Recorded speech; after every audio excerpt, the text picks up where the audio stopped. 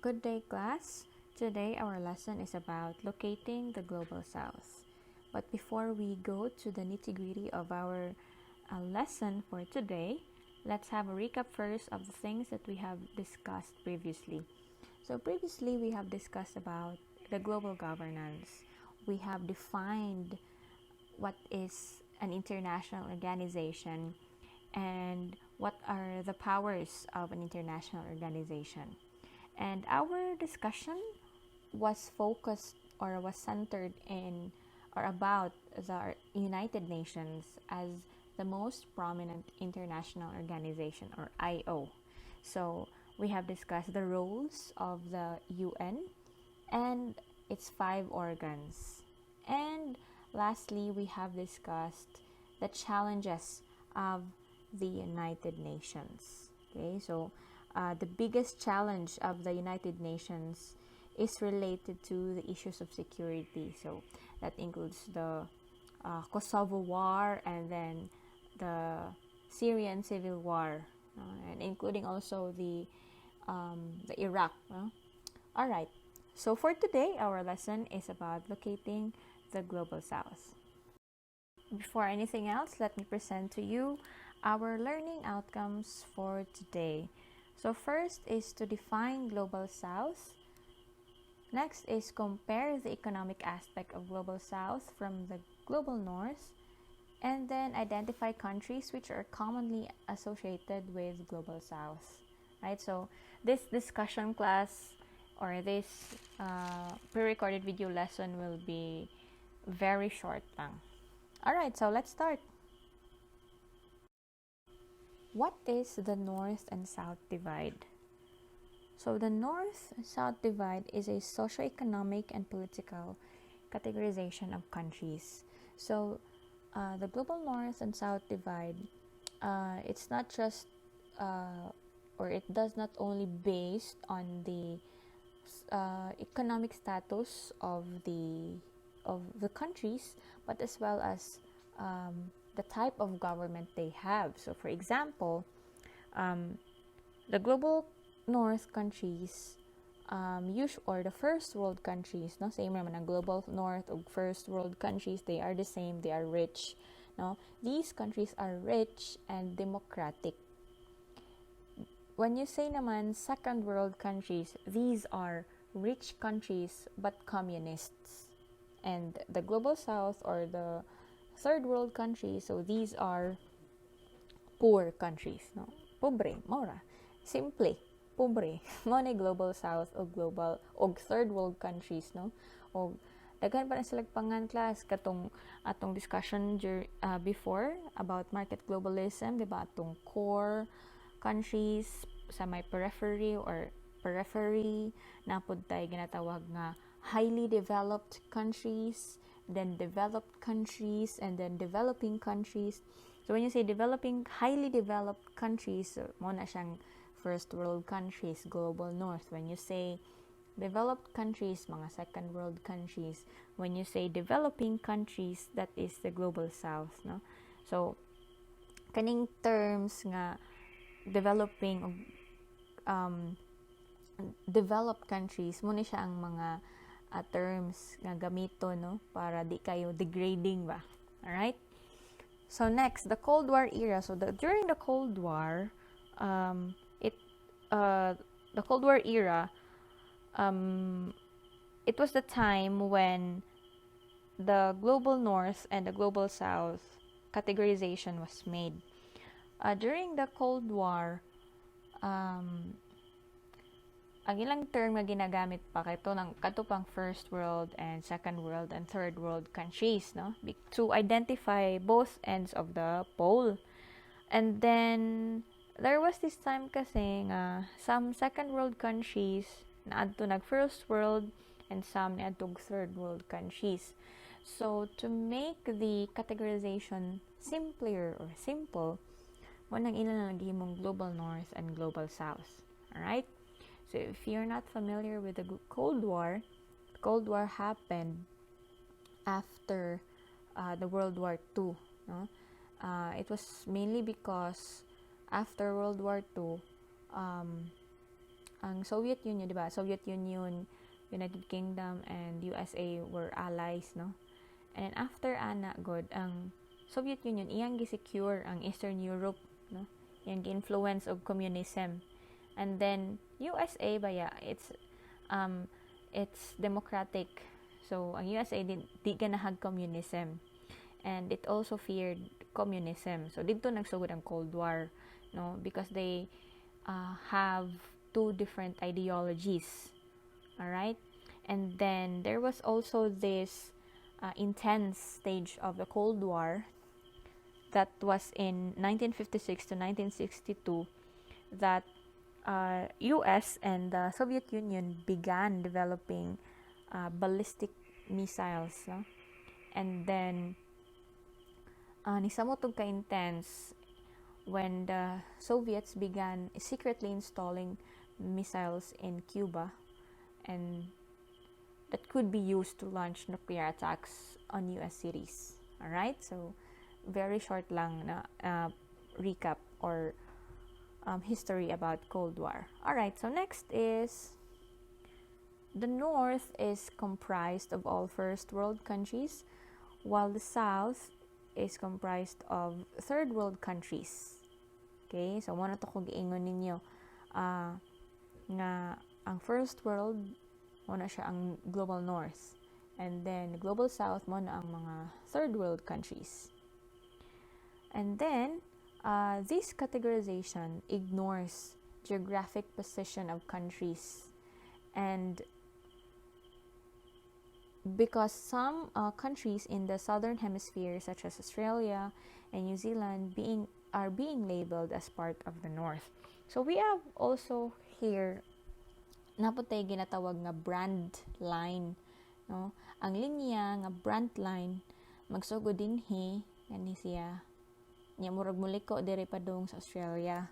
So when you say class global North, mga dato man to, no? So global North kay usually manggod class countries that are in the northern hemisphere are the rich countries, and then the countries in the southern hemisphere are the poor countries. Okay, but you also have to take note that in the global North countries napoy mga global South. Okay, so there are some countries here in Europe, Eastern Europe, or eastern part of Europe, nga pobre. Okay, na po yung mga pobre nga ang mga nasod class. And then, it's also important to take note nga here in the global South nga kani sila, na po yung dato, no? Here, it ignores the geographic position of countries. There are also some parts of Asia that are also rich, including Japan and Singapore, no? Alright, so ato usa-usaho na. So what the countries that belong to global North are here. This is Canada, this is USA, this is United Kingdom, this is part of Europe, this is Russia, and then this is Japan. Okay, so this is Australia and then New Zealand. So countries naman that belong to global South, this is Latin America. This is the whole of South America except for one. So this is Mexico, Panama, this is Brazil, Argentina, Cuba, Venezuela, Colombia, kana sila diha. And then here, this is the whole of Africa, that is whole part of global South. And then here, this is the what you call the East Asia or Middle East, right? So yeah, am I correct? Yeah, East Asia. Oh no, this is West Asia rather. When you say East Asia, mo ni ang China, Japan, South Korea. So this is West Asia, kana UAE, Qatar, Lebanon. Here naman, this is South Asia. South Asia, mo ni siyang India, Nepal, alright, kanang mga Pakistan, mga Tajikistan, Uzbekistan, kanang mga stan diha. And then here, of course, the Southeast Asia, that includes Philippines, Indonesia, Malaysia. Of course, Singapore is not included. And then, napadiha. Here naman, this is China actually, class. Okay, so you might be wondering, anong appeal ang China? So, even though China today is comparatively more developed, according to some sources, it can still be regarded or considered as part of the global south because of China's huge population, their low per capita income, and then the uneven distribution of wealth and regional disparities. It is still considered as a developing economy when compared with the global north. Okay, so mo na siya. So some sources would include China as second world countries, but never actually class global north. All right.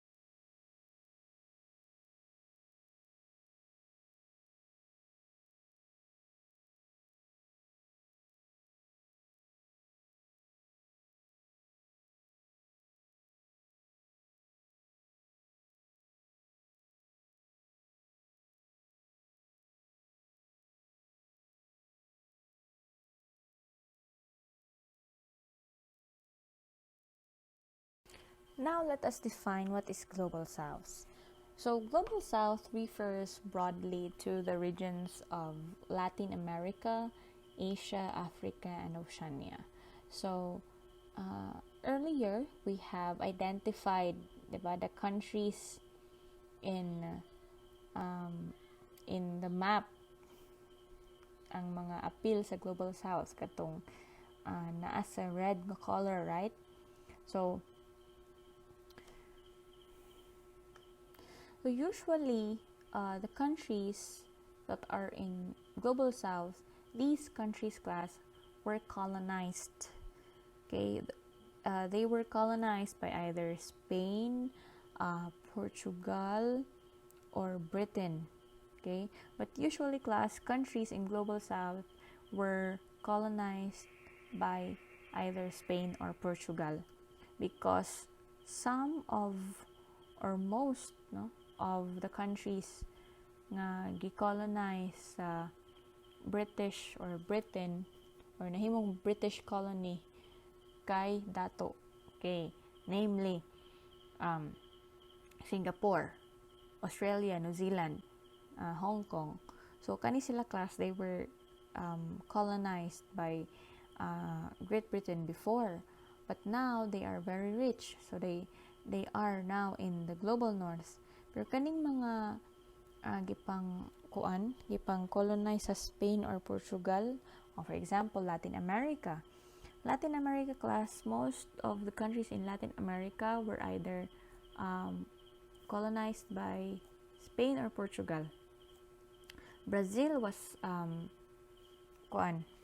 colonized by Portugal. Argentina, Spain, Mexico, Spain. So Mexico, diba, we have the same currency, peso. So basta ka na silang Latin America, it's either Spain or Portugal. But kada kong apart kay gicolonize sa Spain. Okay? And then Asia, so kita Asia, for example Philippines, we were colonized by Spain. Philippines was colonized by Spain. Okay? And then Africa, appeal sila sa Global South. Kay um, um, naaga ni in fact sa Africa ang pinaka pobre nga country. I think it was Niger. It's either Niger or Nigeria. So naa sa ilaha ang pinaka pobre nga nasod. Okay? So sa global north naman, on the other hand, so these are the countries, USA, Canada, Western Europe. So Western Europe may mga dato kay diba? As I mentioned earlier, some countries in Eastern Europe are poor. Okay? So mo na ginatawag na the global south in the global north. Okay? I hope na-gets ninyo. No? Ang pobre sa mga dato nga nasod. Okay? And then the developed parts of Asia, South Korea, Japan, Singapore, Australia, and New Zealand, muna sila ang mga wealthy, industrialized, and democratic capitalists. So, Global South is one of a family of terms including third world and periphery.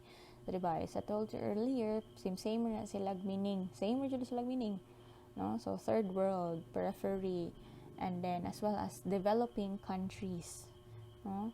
But usually, class, what I heard in books, what I heard in news, ilang ginagamit kay developing countries. No? Siguro, para dili kayo ingon nga degrading. No?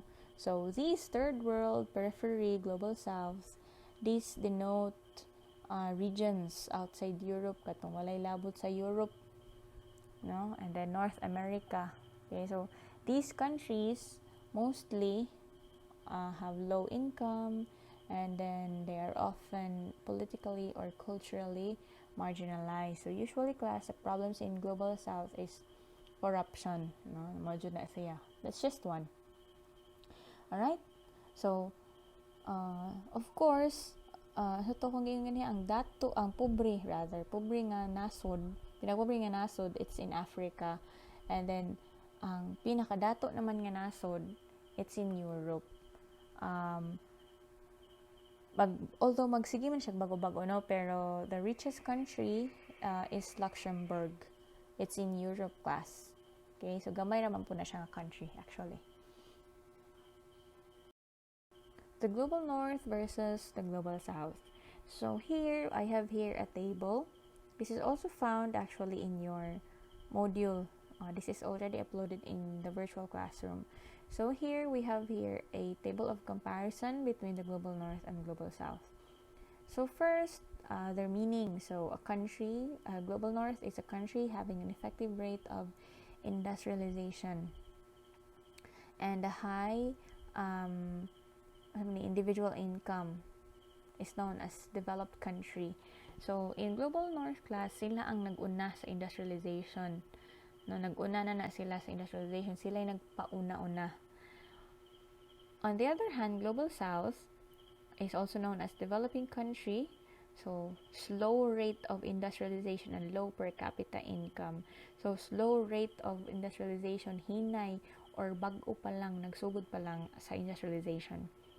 When we talk about the unemployment poverty, so there is low unemployment and poverty in global north, although in US daghag homeless, but still, no, there is low lang ilahang pobre unemployment rate. And then in the global south, high ang unemployment. There are many who are unemployed, underemployed, and is in the poverty line. When we talk about the rates, infant mortality rate, death rate, and birth rate is low in the global north. So, kung mga anak gani ngadto, gamay ray mga matay nga babies, and then death rate is low, no? Ilahang death rate is low because people there have the money man. They have the money to eat healthy and live comfortably. Mo nang dugay mga matay mga tao. And then birth rate is low. Birth rate is low because usually women, or families or couples consider babies or having a baby as a luxury, no? They consider having a baby expensive kay na daycare ang naghagasto. So usually sa ilaha salian na duha, no? Di man good nila goal ang having a baby, no, unlike sa ato adiri. And then also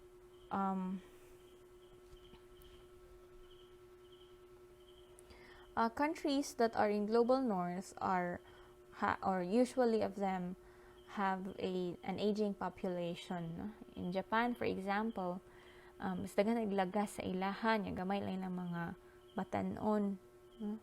Because ilahan, importante man ang work. Okay, wa sila panahon sigig panganak. Okay, dili nila lingaw ang sigig panganak. Okay, and then life expectancy rate is high, no?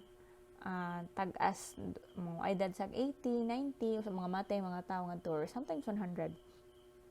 Well, in the global south, no, high infant mortality rate, death rate, and birth rate is high, no? And then along with low life expectancy rate, no? So sa Pilipinas mga 50 to 60, no, mga matay ng mga tao because we don't really eat healthy man good. We like to eat sardinas, mga dilata, mga noodles, mga instant, no? Because that's the only thing that we can afford, diba? And then when we talk about the living conditions, so the living conditions in the global north is good, while in the global south it's moderate.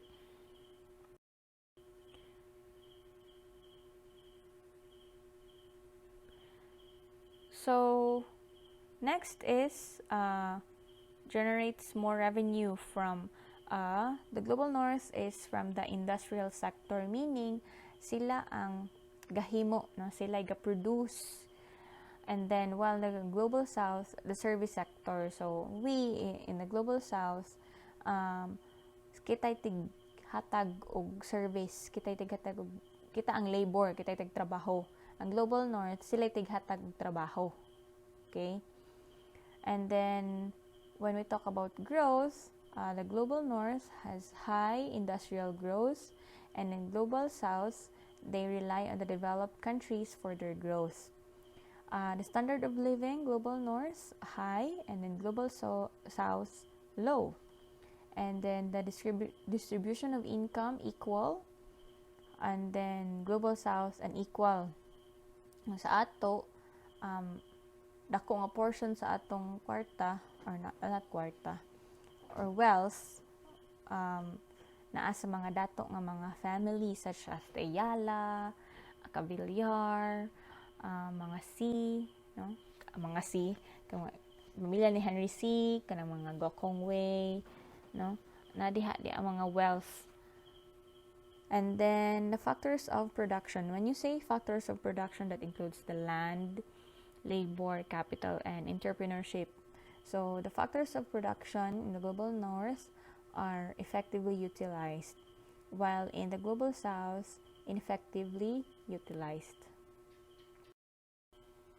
Now let us know the reasons why the world is unequal today. First is colonialism. Countries that were colonized were exploited before, no? So their natural resources were exploited. So mo na siyang unequal ta karon. Apil na ta ng Pilipinas, we were exploited by our Spanish colonizers. Next is trade. So not all countries apil sa trade. Kaya not all countries benefited in trade. And then last is the debt. Dili death nga kamatayon, but debt nga utang. So for example, the Philippines, we have almost 7 trillion nga utang, no? Apil pa ng utang ni Marcos nga ato pang ni dili ni Bongbong ha, ni former President Ferdinand Marcos. So apil pa na yung utang nga hangtod pa 2025 nato bayaran class. So why is it unequal? Because syempre we have to pay our debt to the World Bank, di ba? So, unequal siya kasi, for example, World Bank, di man kakabayad Pilipinas, sige, magtukod may company diha, pero exempted may sa tax, no? So, imbes di yung taganahan mo, musigi ang Pilipinas, but dako mag-utang, so mo na siya nga, ugaw na lang. So, mo na, unequal na dayon, di ba? Kay, para magkagnay utang ka, bubuton, nagpautang ka. So, sige na lang, magpaitoy-itoy na lamang ka, kaya na makaya kong utang, no? Para pautangon pa ka, no? So, these are the reasons why the world is unequal today. So that's the end of our lesson. So as I told you earlier, this will just be really short discussion. So everything is actually uploaded in the virtual classroom in the BSUE. So if you want to read more, you can do that. And so today's lesson, we just define what is global south and then what is global north. So we also differentiated or compared the global north from the global south, and then we've also identified what are the countries that belong to global north and to global south. So if you have questions, you may ask questions, you may post questions in our Google Classroom.